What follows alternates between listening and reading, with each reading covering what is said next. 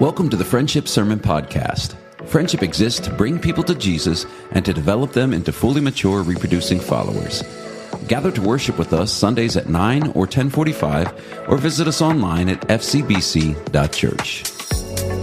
Good morning, church. To the choir master, a psalm of David. How long, O Lord, will you forget me? Forever? How long will you hide your face from me? How long must I take counsel in my soul and have sorrow in my heart all the day? How long shall my enemy be exalted over me? Consider and answer me, O Lord my God. Light up my eyes, lest I sleep the sleep of death, lest my enemies say, I have prevailed over him, lest my foes rejoice because I am shaken. But I have trusted in your steadfast love. My heart shall rejoice in your salvation. I will sing to the Lord because he has dealt bountifully with me. May God bless this word. All right, if you were here with us last week, you know we had the girls do a skit on all the ways you're not supposed to counsel your friend. So I thought I would give them a chance to redeem themselves today on all the ways that you should counsel your friend. But due to some surgery and travel, we had to do it on a video. And so I want you to take a look at this, and it'll kind of introduce our message this morning. Hi. Guess what? I got a new job. Oh, I'm so excited. Okay, what is it? I got my old job back as a shooter girl. Oh, like the one you had when you were like money. 19? Yeah. Okay. Quick money, easy money, so much money. I'm excited. I needed a job, and this just worked out. I think she's trying to take things in her own hands. She's fixing things her own way. Tell her to wait. She needs to wait for me. Okay, I think like you would be really good at this job because you were really good at it before, but think about where you are in your life right now and think of the path that you want to be on and model to your children and model to your church. Like, might be a good idea just to sit for a minute in this time and just wait. Ask God what he's doing here. I mean, that just seems like a whole lot of thought. I don't know. I'd rather just grab some wine and do some shopping. And I could show you this new app. It is so fun. You can watch funny videos. Okay. You can do some shopping. Everything is cheap and quick, and we can have some wine. She's trying to numb the problem and forget the pain and just despair out of it. Remind her that she needs to bring her problems to me. Okay, so you're literally talking all my favorite things right here, like wine and shopping. So fun, yay, right? Okay, but those are things like we do when we're happy. Makes me happy. Yeah, but not when we're sad. Like not when we're trying to fix a problem. They're not fixers. They're things that God gave us to enjoy, but not to solve problems. I think it might be time to cry out to God. Again, ask him what he's doing here. Like, get mad at him. It's okay to get mad at God. Ask him what he's doing. Ask him where he's putting you. You're not going to have a lot of integrity in this path. I feel like I have done that. I feel like I've prayed, I've asked. I'm not really seeing, I'm just not seeing it. And, I need, something, I need money to pay the bills and do the things. It's just this is so much faster than waiting for God. She is doubting me. She's falling into despair. Remind her of what I've done in the past. Remind her to think on those things that I've already done for her. That this is part of weaving her story. Okay, I know it seems like God has forgotten you, but he hasn't. He's allowing you to be in this place so that you can rely on him and ask him what's going on. Think of your story. Your story started long before you ever got in it with God, right? And look at your children, 4 beautiful children. And you're going to have this job to model for them. God started weaving your story with them, with your baptism up on the stage in front of all these people you committed before God made promises to him. He made promises to you long before that. He's still weaving, girl. So get in it. Ask him what he's doing. Take time. But it's money. What does it matter? We all need it. What does it matter how I make it? What's the big deal? I got this great necklace. It's supposed to be bringing me good luck. I pray, but this is supposed to be bringing me some luck. Okay. Some money, some luck. She's turning to idols. That's not the way. Tell her to worship me. Remind her to worship that I satisfy, not the idols. Okay, it makes a lot of sense. We all need money, right? And the necklace, spot on. It's beautiful. Like your outfit looks great. But it's just a necklace, right? There's no luck. We don't believe in luck. We believe in God. We believe in what he's doing. You're right. Right? I mean, you're making idols out of this job. Like, it's a shooter girl. Think of God's path. Think of the story that he started and how he's going to end it. He's not going to start a beautiful, throw a shooter girl in there, and then end it not beautiful. I think it's time to start worshiping. Pray. Take your time. Sit in this for a little bit. Trust. Throw your hands up, girl. You brought up some really good points. Probably things I really need to think about. So, thanks, friend. You're welcome. Good job. All right, they did a good job, didn't they? Shouldn't we be able to solve all problems? Yes, in 4 minutes, right? We should just be able to take our friends, no matter what they're going through, and immediately have everything solved. If only it was that easy, right? This week, as you know, we've been going through a multi-part series on Christian friendship, and our goal is to figure out how we can help our friends when our friends are struggling. And so last week we talked about the importance of jumping in a pit with our friends and letting them know that it is okay to hurt. It is okay to feel pain. And this week we want to figure out, what do we do with them after that? Some of you came to me and you're like, Robert, I've been in the pit with my friend now for like 5 years. How do we get them out of the pit? And so that's what we want to talk about this morning, is how do we help move our friends out of the pit? And what we're going to see is that when we are in struggles, good Christian friends are going to point us to hope in Jesus. All right? How can our good Christian friends, if you want to be a good Christian friend, how can you encourage your friend to hope in Jesus? Again, last week we were talking about when bad things happen to us. All right, you go out here after church and you find out your car's been broken into. Okay? It's okay to be upset. It's okay to hurt. You had a reasonable expectation that your car should not be broken into. You were in church, for crying out loud, right? But what happens when bad thing after bad thing after bad thing happens to you? That's not happened to anybody in here, right? Nobody's ever been felt like just wave after wave of mess, right? At some point, instead of the stuff happening to us, things begin to happen in us.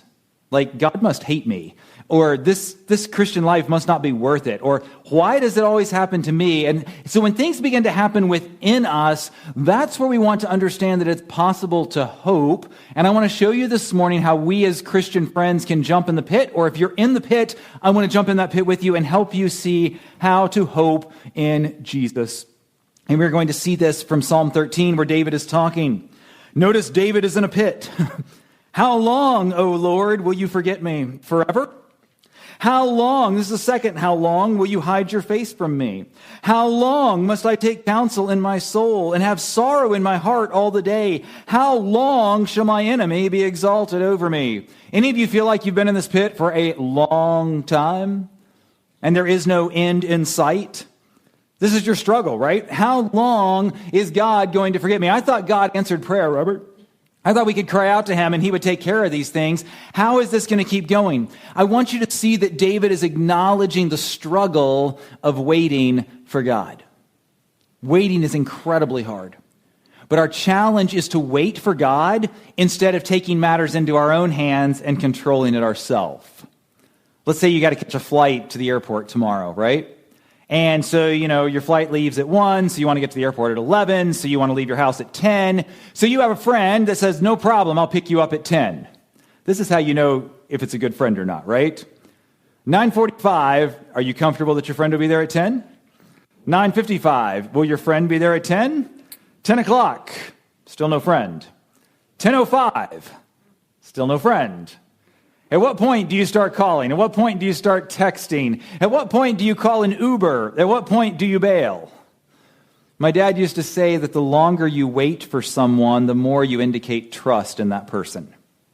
There's some people, I don't even ask to take me to the airport, right? Other people, I'm reminding 6 times ahead. Like you do have me tomorrow, right? Okay, you are on your way to my house right now, right? Right, because there's no waiting for that person. One of the questions when you are in a trial and God is not showing up the way that he has, when he has forgotten you like he had with David, how long are you going to wait for God before you say, forget God, I'm doing it myself? Do you remember Saul? Samuel had promised to come by the end of 7 days and offer a sacrifice. And Saul's getting ready to go into battle, and all of his soldiers are getting scared, and they're all leaving, and they want to see a spiritual service. And so Saul finally offers the sacrifice himself, and he was the king. He was not a priest. He was not allowed to do that. He decided he couldn't wait any longer. How many of you are like, I can't wait any longer? I always wanted to marry a Christian, but you know what? I'm not getting any younger, and I just can't seem to find a Christian, so forget that. You know what? I needed money, and it hasn't shown up, so I'm going to cheat on my taxes, or I'm going to go do this. I'm going to probably not rob a bank, but at what point do you say, I can't wait anymore? Again, the scriptures encourages us that those who wait for the Lord will renew their strength. They'll mount up with wings as eagles. You're like, must be nice, Robert. That seems to work for everybody else. How come it doesn't work for me? Again, the psalmist encourages us to wait for the Lord, to be strong and let your heart take courage. Wait for the Lord. Say, Robert, I've waited too long. And the problem with time, we exist in time. We don't know how many more days we have, right? We assume we get 70 or 80. Those of you who are 70 or 80, you're hoping for 80 or 90, right? And you're pushing 100. We don't even know that we get tomorrow. And every day that goes by that God doesn't answer a prayer, I'll tell you something I realized in my teenage years. I got so mad at God because I existed in time. In my teenage years, I was miserable as a high schooler. It was supposed to be the best years of your life. You're supposed to have a girlfriend. You're supposed to have all this fun. You're supposed to have all these friends. I was lonely. I had nobody. And I was like, you know what the problem, God? You don't exist in time. That whole 1,000 years is like a day, day's like 1,000 years. Well, a day's like a real day to me, and every day that goes by is a day that I don't have, and you're just content to exist forever. And it's hard to trust a God who exists outside of time. But Jesus did. Do you remember? He hadn't eaten in 40 days. He was hungry. And Satan showed up and says, well, it looks like God has forgotten about you. He hadn't really fed you in the last 40 days. So if you're really the Son of God, why don't you take matters into your own hand and command these stones to be made into bread? And of course, Jesus said, it's written, man shall not live by bread alone, but by every word that proceeds from the mouth of God. Here's the other one that I love. Do you remember God made a deal with Jesus? Die for the sins of the world, and I will make you King of Kings and Lord of Lords. Right? That was the deal. Legit. It's not a trick question. Think about this. When Christ had offered sacrifice for sins, he sat down at the right hand of God and said, okay, bring it on, make me king. And God said, not yet. He is now waiting from that time until his enemies shall be made a footstool for his feet. How long ago was that? 2,000 years. Jesus has been waiting for his kingdom. I just want you to see that Jesus is waiting with you. No matter where you are and you're tempted to take things into your own hands, I want you to know Jesus is waiting with you. And when you say, how long, God? Just like David said, how long, O Lord? Well, just a little bit longer. Don't take it into your own hands. Don't decide to solve it yourself. Continue to wait on God. Step number 2, to climb out of the pit. All right? David considers, and he says, look at verse 3, consider and answer me, O Lord my God. Light up my eyes, lest I sleep the sleep of death. I'm about to die. Lest my enemies say I have prevailed over him, lest my foes rejoice because I am shaken. All right? David's next question, he cries out to God. And he says, God, you're going to have to answer or I'm going to die. Notice in the midst of his pain, he is wailing to God. In the midst of his pain, he is crying out. We have a tendency in American culture to deaden pain. We hate pain. We have entire doctors dedicated to taking away pain. Now, please understand, I know some of you live with chronic pain, and I have nothing against you using appropriate medication and appropriate techniques to deal with that. It's hard when you're hitting a room full of people. It's going to land with different ways with different people. But I also know that for some of us, we can't handle any level of pain. Why does the one guy go to the bar every day before he goes home to his broken marriage? Because he can't face his wife till he gets enough alcohol in him to face his wife. The reality is he's deadening himself, and he's not able to actually address the problem that's at home because he's medicating with alcohol. Right? Why do people do heroin? You can pick on drugs because they don't want to face life in front of them, and so we deal with drugs, okay? Most of you are like, well, I don't do that, Robert. I'm glad I don't. When the kids are annoying me like crazy, I'm like, here, take your screens, take your phones, just leave me alone, right? We deaden pain. When I'm bored and I'm tired, what do? I go on Facebook, and I'm just going to keep scrolling Facebook. I'm going to watch Netflix. Instead of actually addressing, that garage has needed to be cleaned for what, 10 years now? If I would take all the time I've spent on Facebook and Netflix, man, my back garage would be spotless. And you know what? So would yours. But I'd just rather deaden the pain because I don't want to have to address all the things that I need to do. And so I deaden the pain. Instead, we need to cry out to God. Remember, even Jesus, in the days of his flesh, he offered up prayers and supplications with loud cries and tears to him who was able to save him from death, and he was heard because of his reverence. God is listening to your cries. In fact, he takes all of your tears and he stores them in a bottle. Can you imagine you're going to get to heaven? You're going to be like, God, where were you when I was crying? He's going to say, let me go pull it off. Some of you are going to have a little bottle. Some of you are going to have a gallon jug. And God's going to say, I stored them all. I was there. I was listening. Please cry out to God. Don't deaden the pain. Cry out to God. This is why we're not supposed to be drunk. Because when we're drunk, we're dead to the pain, and we can't even hear the Holy Spirit that is trying to guide us and trying to lead us out of this pain and trying to lead us in the way we should go. C.S. Lewis says that pain is the megaphone of God. If there's pain in your relationship, if there's pain in your finances, if there's pain in an area of your life, God is trying to get a hold of you that something's not working there. But when you deaden yourself to the pain, you actually deaden yourself to the work of the Holy Spirit. So I'm not saying that we love the pain, but we say, okay, this is hurting. It's why when you go to the doctor, right, and they start taking your arm and they move it around, like, oh, that hurt. Okay, now he's found the problem. But as long as you say, it doesn't hurt, I'm fine. All right? Or you just take, pain pills to take it off. You're ending up hurting yourself more. You have to go to God and say, ouch, that's the pain. And he says, that's the point, and that's what I've been trying to work out of you. Are you following me? We want to get to the point where we can do that. The last two verses of this psalm are a chiasm. You should know that because we're going to take the first line of verse 5 and the last line of verse 6, and then we're going to go back and get the two middle lines. All right? Notice what it says, I have trusted in your steadfast love, and it concludes, because he has dealt bountifully with me. You're like, Robert, that doesn't look very chiastically. Let me put it this way. The first line is a past good action by God, the steadfast love. The last line is a past good action. He has dealt bountifully with me. God has given steadfast love. God has dealt bountifully. The present action is David is going to respond in worship by singing, by rejoicing in his salvation and singing to the Lord, and that's going to be the last point. But let's look at what God has done in the past first, okay? Here, David determines to trust God's plan. He says, no matter what, I am going to trust God's plan, and here's how. I'm going to weave my past and present into God's great narrative fabric. I love that line. And I typed it out. David is weaving his past and present into God's great narrative fabric. And I thought, nobody's going to have any clue what that means. It's going to be like, this is a good preacher line. And you're like, eh. Basically, instead of doubting, we have to explore how God is weaving our story. Here's what I mean. Let's suppose, you know how a loom works, right? You have all the strings up and down, right? Let's take every little thought in your life, all the good stuff, the love, joy, peace, patience, kindness, all the good parts about you.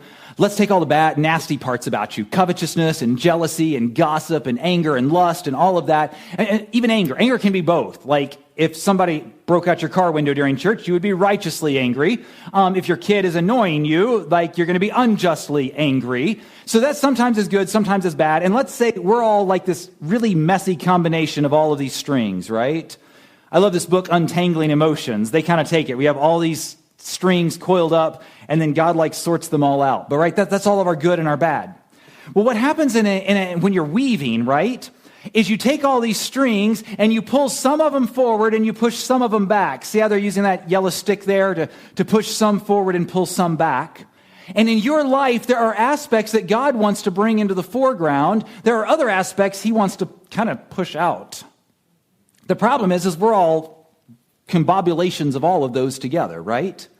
And so in these times of suffering, God is pulling certain things forward that he wants to feature, and he's pushing other things back. And I feel like every thread that he pulls across is another event in our life.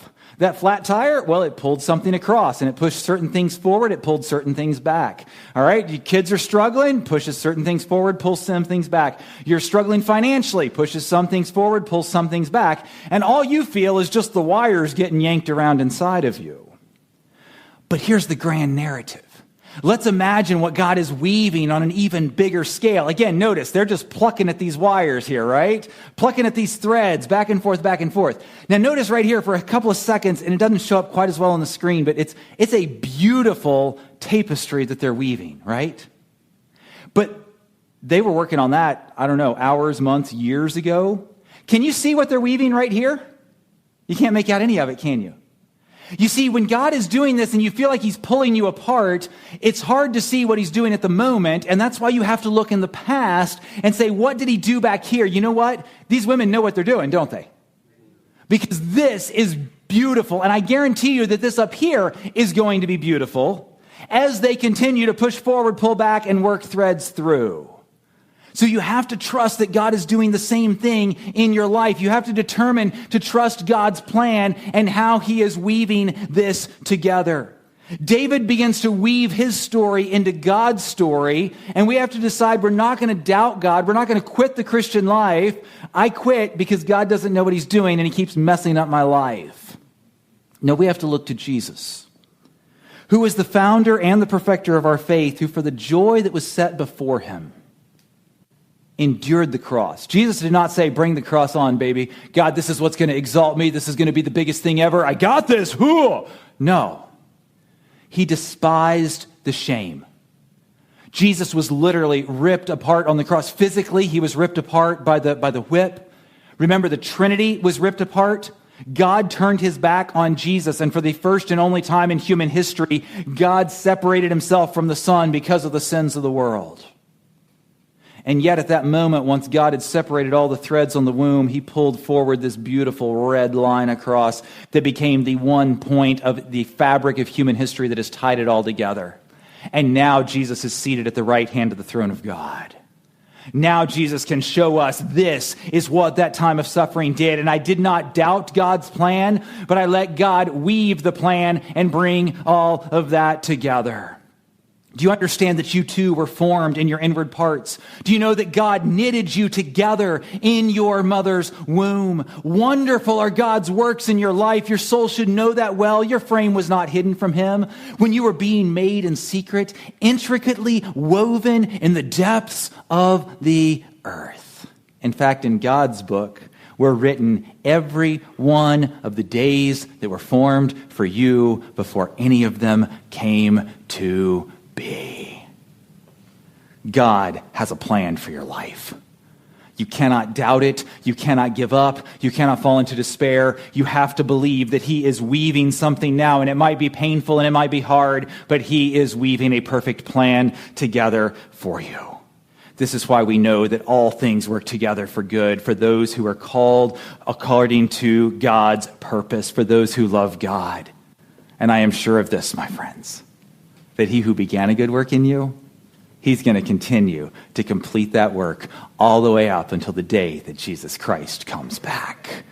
I don't care how deep your pit is. Don't fall into despair. Don't doubt God's plan. Know that he is weaving something absolutely beautiful for you. Because David knows of God's steadfast love and that God had dealt bountifully with him in the past, he concludes with the last line of verse 5, first line of verse 6, my heart shall rejoice in your salvation and I will sing to the Lord. David worships here in the midst of his suffering. All right? He worships in the midst of his suffering, which the challenge to us is to worship God instead of turning to idols or broken cisterns. I've got the weaving I want to introduce to you, and now I want to introduce broken cisterns to you because it's another key counseling technique that you're going to need to use with your friends, and honestly, you're going to need to use it with yourself. What is a broken cistern? What is an idol like this? All right, anybody want to drink water from the yellow bucket? Remember, they didn't have plumbing back in Israel. And so what they did is they would create kind of these swimming pools, often underground, and they would plaster them just like we plaster our pools. And they would store water, like rainwater, in these underground pools, vaults, cisterns. But of course, just like your pool cracks and your liner rips, so would their liners crack and their clay would rip, and then they would end up with nothing but a muddy mess. And so much of the world, as you know, does not have clean water, and they ended up with these broken cisterns that were basically large mud puddles, and this was the kind of water they would drink. Now, we know that Jesus is living water, right? We know this is the water that Jesus wants us to drink. This is the free, everlasting water that he gives to us. But why do we keep drinking out of mud puddles? There's a brilliant thing that you need to understand from Jeremiah chapter 2.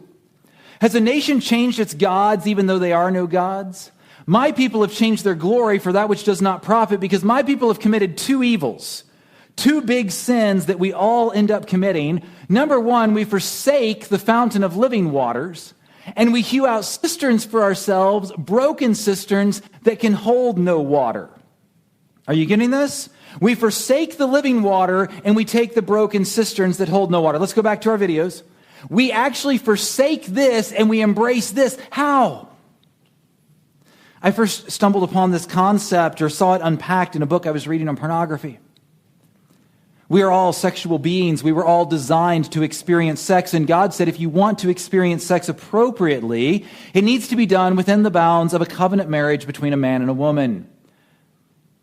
Pornography offers sex outside of those bounds. In fact, it offers a form of sex that's not even sex. So, and the reality is, it is water. It is sex. Pornography is something that God created, but it's been so muddied and so polluted because the heart of sexuality is in real life true communication with someone who has vowed to stay with you until death do you part. That's what makes it safe and sacred and amazing. Pornography is with digital pixels, and it's not even something that exists. And so it's like water, but it's not water. It's like water filled with E. coli and bacteria and everything else. And yeah, you can drink it now, and it might immediately satisfy your thirst, but you're going to be vomiting and sick and die later. Money is something that God has created, and He has no problem giving us money. In fact, many people in the Bible were very rich, and God blesses us. Most of us will eat after this, and we'll either go out to eat or we'll eat food that we bought at the grocery store. We will spend money, and God has given us that, and that is a good thing. But when we reject God as the giver of life, most of us will thank God for our food because He is the one that provided it for us. And we instead decide, I have to have money. This was Heather in the skit, right? I need money, I need money, I need money. It becomes an idol. And we'll get the money, and we'll buy things with the money, just like you can have the sex of pornography. But it's not going to satisfy because you're drinking it out of a mud puddle, and it's not recognizing God as the giver of money. Money is becoming an idol. Are you following me? And it is so tempting when God seems to have turned His back to end up turning to an idol and worshiping something other than God, because that will get me out of this pain. If I could only get married, if I could only have a kid, if I could only get a different job, if I could only get a different car, if I could only get a different house, if I could only get something else, if I could only have friends, if I could only.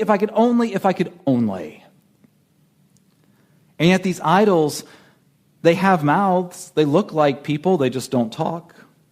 They have eyes, they just can't see.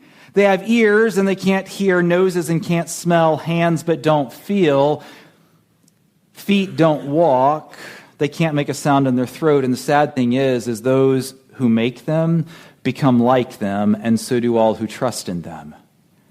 Jesus came to give you life to the full, and if you begin to worship any of these other things, you're going to find yourself becoming as dead as an idol.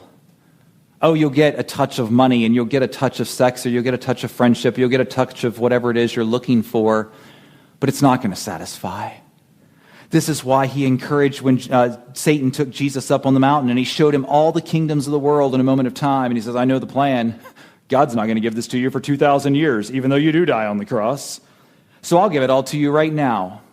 All you have to do is bow down and worship me.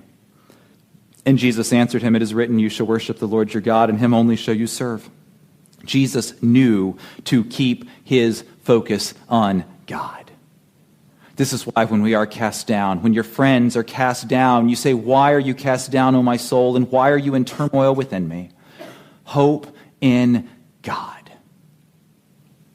For I shall again praise Him, my salvation and my God.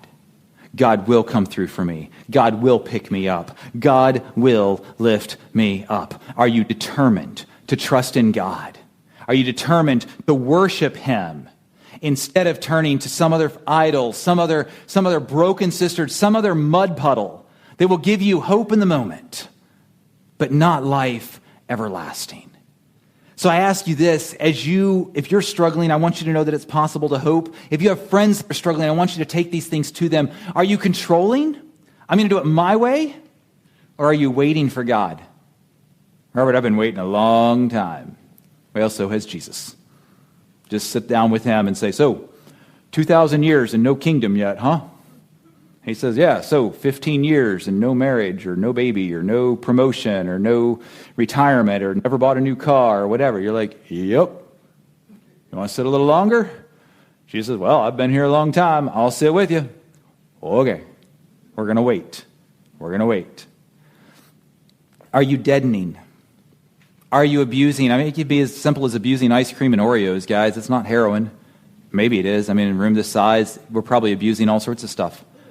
Are you getting on your phone instead of having conversations with somebody? How many of you need to have a hard conversation with somebody? Maybe it's a spouse, maybe it's a kid. And man, it's just so much easier to watch another sports game, isn't it? So much easier to go clean the house than actually have a conversation. You need to wail. You need to cry out. You need to go to God and say, God, this is what's hurting. And I just keep wanting to run away.